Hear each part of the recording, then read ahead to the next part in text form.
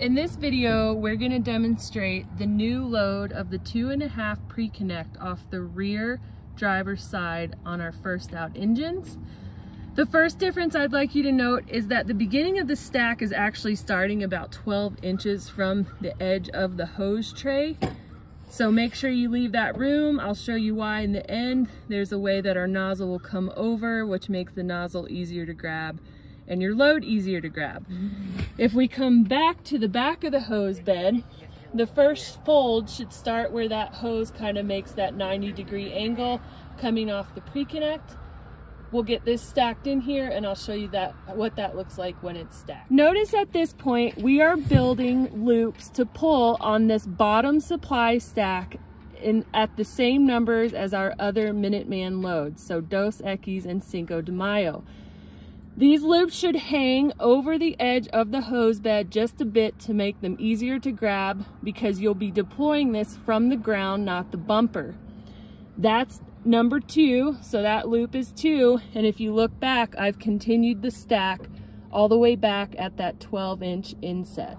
So now if you recall, we've laid our 100-foot supply line at the bottom of the stack, and you're gonna have a little short loop here, and that coupling is gonna hang out there, and you're gonna lay it into the crow's nest because that will connect to the top of the Minuteman stack.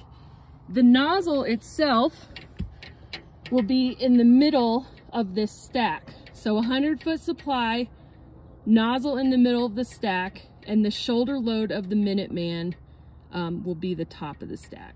So at this point, we're now going to load the nozzle or your Minuteman shoulder load. The nozzle will be in the middle of the stack when all's said and done. In order to accommodate for the position of the nozzle when the load is complete, which I will show you at the end, you want to leave about 12 inches from the coupling of the nozzle out and then start your load from there. If you look here, the nozzle is setting on the step of engine 42.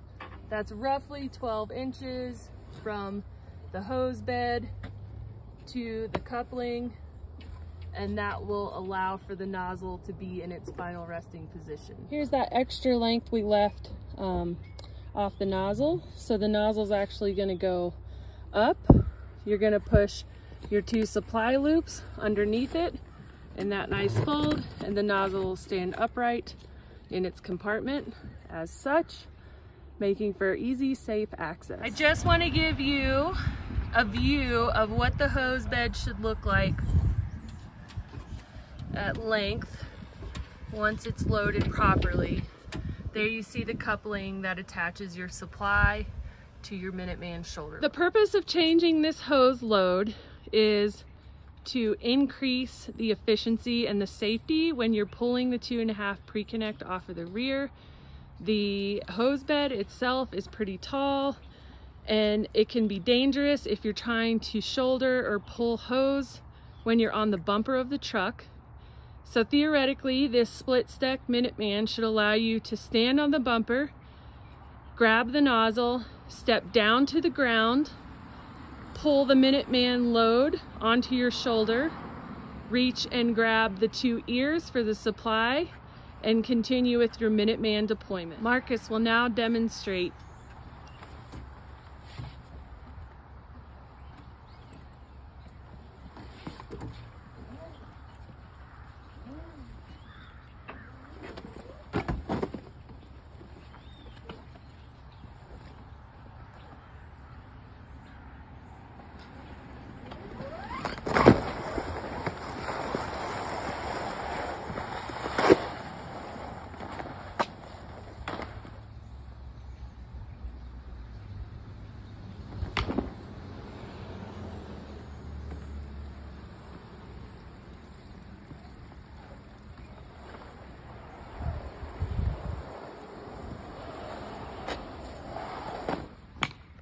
I'd like to reiterate the importance of checking the clasp on these covers and making sure that they're tight and connected with the advent of the new storage technique of the nozzle and the LDH.